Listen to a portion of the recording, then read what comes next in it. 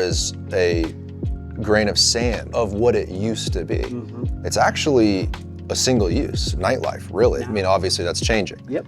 But it was never intended to be that way. You guys are really turning Ybor into what it was intended to be, a walkable mixed-use neighborhood, people, shops, restaurants, everything. It's extremely rare. It's one of the nation's top historical urban core markets, definitely number 1 or 2 in the state of Florida with like a St. Augustine. So to have that and the ability to have land that's adjacent, that you can have zoning to go vertical, is very important. But what's important in that situation is finding the balance and the blend between respecting the historical, respecting the trolley, respecting the fabric, the brick, the wrought iron, the history, and combining that with new in a tactful way. It creates a new village for everybody. There's a big period in American history where development wasn't tactful. It was suburban sprawl, big shopping centers. It wasn't cognizant of the neighbors and the residents and all those things. This truly is art. It truly is. It's art. It's art. It's a canvas, and we are a piece of Ybor's history. We saw what having the Riverwalk did, from connectivity, from Armature all the way through downtown, through Sparkman's, well, the trolley is the other piece to that. And now what you're gonna have with downtown, Water Street, Channel Side, and on the other component, you have historic 7th in the entertainment district. West Ybor and Gasworks are gonna fill that in to where you can literally walk the whole walk, be comfortable, be happy, stop, have retail, and enjoy that. And that's something Tampa hasn't seen. And once that happens with some of the other benefits that Tampa's known about, it's gonna really put it on the map. You're painting the picture really well. It's literally been waiting for this for 20 years. It's been a long road, hasn't it? And really a long way to go too. What you guys are doing is actually letting the public and entrepreneurs, business owners, whatever, maybe even me one day, you're letting me know, hey, now there is a space for you. When you bring 5,000 units and you imagine that, let's call it 2, some units are bigger, 2 people, that's 10,000 new residents. All those are gonna need one of every type of service business, because walkability is the new thing. And I love what you said earlier. This is more where Tampa was before, when you had a downtown Ybor, it was all interconnected, and you could live in your village without leaving, but find that balance. You respect the residents that are here, respect the history. I want people to understand that if you're only pressing for Ybor to be a nightlife and entertainment district, you're disregarding history by doing that. Yeah. You're disregarding people like me. I would love to reopen my family's hardware store. Tampa's evolution and your father and grandfather helping build a platform to get us to where today with smart and good change. Tampa's obviously had so much momentum in the last few years that it's hard to even picture as folks that have lived here. It's our job as visionary leaders on the business side to put in the right businesses to create that community and that service-based engagement. This type of development actually produces less traffic than a suburban development where every single person, thousands of people, have to get in their car to go get bread, milk, and eggs. These people don't have to do that. They can walk downstairs, they can go to a corner store, right? They can run their errands on foot. Now you're kind of in this beginning phase of the actual vertical development. You have to have a very long-range vision, and you have to have the right vision. That's the next 5 years, it's gonna be drastically different. And in 10 years, we believe it's gonna be the top spot in Tampa, because it's gonna honor that 100-plus-year-old heritage, plus have all the benefits of the new development like Water Street, mixed in with a really thoughtful master plan.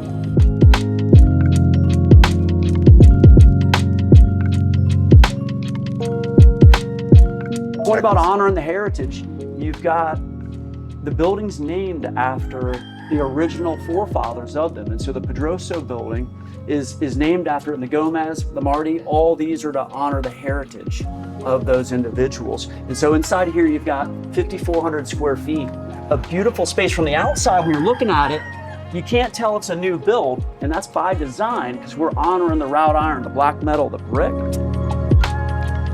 And if you come in and you picture being in here, you got the glass, you got the trolley, you got the park right out there, the green space. When you're sitting here and you look across the street and you see a building and a structure like that, you're gonna know you're in history. take you back in time. You know you're in a different place. You know you're in a historical neighborhood. You know you're in Ybor. The development industry got a bad rap for a little while by folks being bottom line focused and building these giant shopping centers and the suburban sprawl and that housing. But that's the polar opposite of what we're trying to do with thoughtful, responsible investment, growth. It's a lot harder to be clear. It's maybe 3 or 4 times harder to do what we're doing than to go build a big old profitable strip center with some houses in the back. Like when people hear development, typically, especially in Florida, really, they think of that shopping center. That's not even what you're doing. Well said, well said. So there's ground up development, and then there's adaptive reuse from old uses to new uses while keeping the infrastructure and putting new, clean, good money to fix the old versus the development word. People think knocking down trees and building or knocking down old buildings. That's the opposite. If there's an old structure in Ybor, we're going to 2x on the investment to keep that around and build something that's 100 years after we're gone still honors Ybor. You've got a bay on that entrance over there that can be subdivided at about 1,000 on that side, and then you've got a separate about 4,000 square foot space here. They could either be separate spaces, or if you picture coming in and having a little retail space over there, and you have the bar, and you have the outdoor seating, and you got the doors propped open, the cool air coming through, the trolley going by, Hotel Hyatt next door, rooftop over there, all these units. Mark my words, in 5 years, this is gonna be the spot to be in Tampa. You are truthfully, in artistic fashion, trying to create a neighborhood. And not even create one, actually. Bring it back. This isn't about making more money. This is actually the polar opposite. This is like legacy. What do I leave behind? How do I do that in a thoughtful manner? And it's our job to share that and communicate that, because the citizens and the residents in Ybor or in Tampa and the state of Florida nationally need to understand that. Because what you don't want to have accidentally happen are the NIMBY and the no-sayers that come in uninformed. Oh, that's new development. Everyone's getting forced out and we're knocking everything down high rise. Exactly. You can't have that conversation. Yes. That's not it. Yes. Information process that we're responsible to go out and tell that story.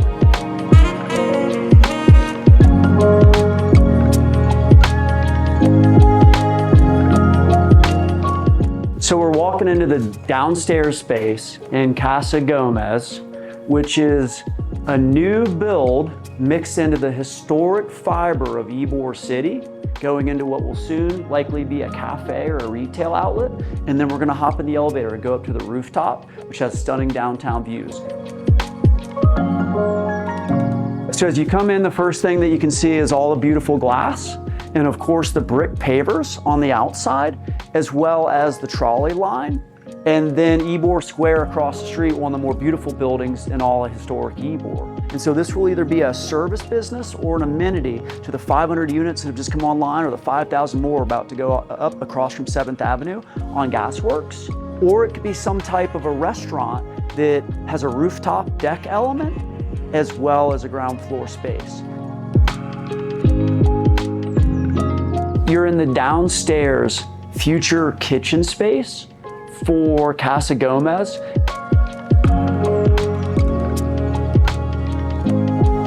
So you're walking out onto the rooftop of the Casa Gomez building, a new 4-story build mixed in to historic Ybor with a design element to respect and honor the architecture of the beautiful buildings that our forefathers built with a very unique style. As you come out here, what you see is you've got the glass up high to create better visibility. That's the Casa Pedroso building that we were in a moment ago. Across the street, you have very large parking structures, which is great for restaurants. But if you picture both the Pedroso building as well as the Gomez building, you're gonna feel the energy between the two. That's gonna tie in with Centro Ybor as well as the trolley running by. What we are prepared to do is to be smart and long range in the businesses that we're working with. It's gonna take a couple of years as the area continues to ramp up and as units come online. And those sales, in 5 years, the sales are gonna be off the charts from the result of being a few blocks away from Gasworks, in addition to all the housing that's already here, in addition to everything already going on in the entertainment district. But so we wanna be thoughtful about the structuring of those deals to create a little bit of a runway to build up, as well as some financial support on the build out. So if you can get in here now at a fraction, that'd be a visionary execute a long-term lease, control a space like this with everything going on, you're gonna win in the long run. Prime Tampa property, waterfront, walking distance to downtown, and it's been neglected for all these years. But once that comes another community, it's just gonna rise all ships with rising tides.